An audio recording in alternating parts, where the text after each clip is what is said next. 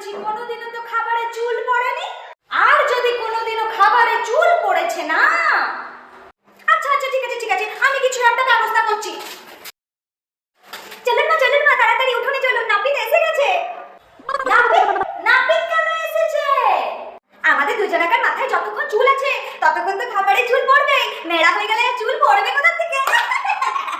No, no, no, no. কি বলে বাবা, বোমা মাথায় চুল থাকলে তো খাবারে একটু একটু চুল পড়বে। বলো, তুমি এক কাজ করো, আমার ওই ডয়ারে 50 টাকা আছে, ওইটা নাপিতকে দিয়ে দাও আর বলো বাড়ি চলে যেতে, ঠিক আছে? No, no, no, no. আচ্ছা। No, no.